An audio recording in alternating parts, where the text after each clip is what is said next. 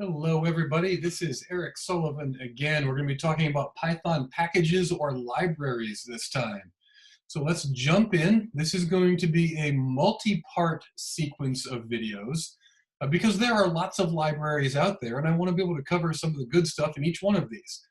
So in these videos, we're going to talk about what packages or libraries are, pros and cons to this sort of thing in Python, and then in this video, we'll talk about the math package, which if you've been watching the other videos in this sequence, you've already seen the math package. But then I'll talk about things like NumPy, SciPy, Matplotlib. That'll actually have its own entire sequence of videos. And then there's others that you might be interested in at some point later, like Pandas, which is a data science library, and Plotly, which does some more advanced plotting. So, first question. What is a library? And I'm going to use the words library and package kind of as synonyms. I'm just going to interchange the two. It is really a collection of functions that extends, I'll just say it in kind of layman's terms, what you can do with Python. So it's a collection of Python functions that lets you do cooler Python stuff. It really is just a big list of functions. And so when you call on it,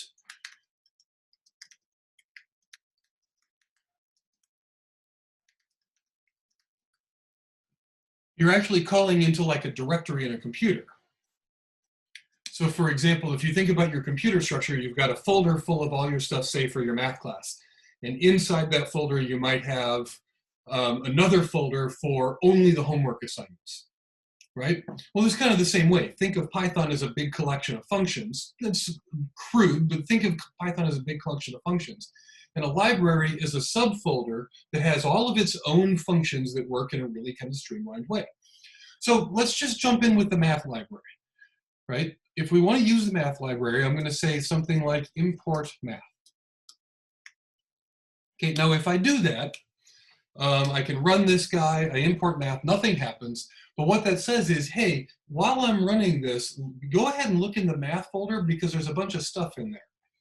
So I could do, this is a command you're not going to use very often, but if I do dir, which stands for directory, right? And it lists all of the functions that are inside a library. So if I do dir of math, it shows me all of the things that are inside of it. So like the arc cosine or the cosine or the exponential function, the factorial function, greatest common denominator, all of these things are in there. So I can look inside this guy and see what's going on with it. Now, if I really don't want to have that spitting out, that's a long list. Okay, so say I wanted to use the factorial. So I could do math.factorial. Okay, and I could tab to complete, and I open a parentheses, and it gives me the help, right? And so if I type in factorial of 9, it does 9 factorial. If I do 6 factorial, it does 6 factorial. Okay, that's all well and good. Now, something that you might want to do is instead of importing math completely, or I'm sorry, just as math and have everything say math dot, you could say from math import star. Now what this does is import everything from math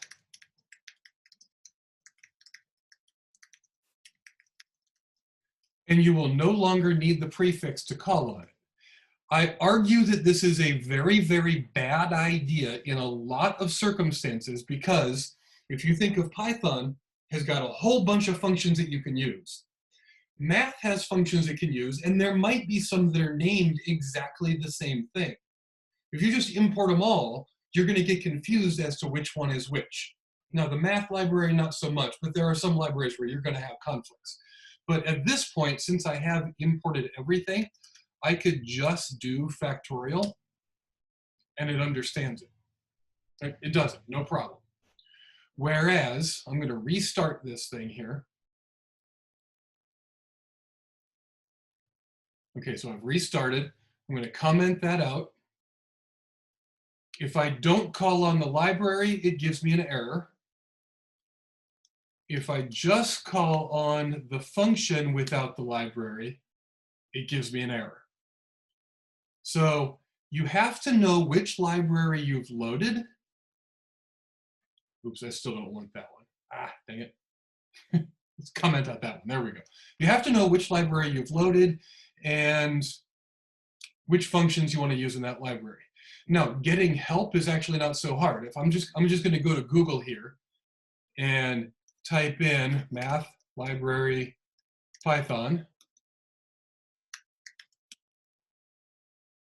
Go to the first hit, and I can actually look at all of the stuff that's in the math library underneath the Python help. If you remember the name of the function, or if you at least have a vague sense of what the name might be, like maybe it's math dot, oh boy, okay, so maybe is the one that I wanted the gamma function. Open a parenthesis, and it pulls up a help for you. Now this particular one's not so helpful, so maybe, yeah, let's try floor.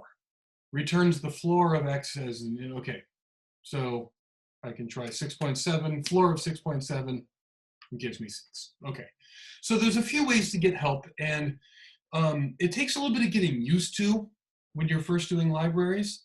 And what I try and do is keep the number of libraries I'm importing to a minimum.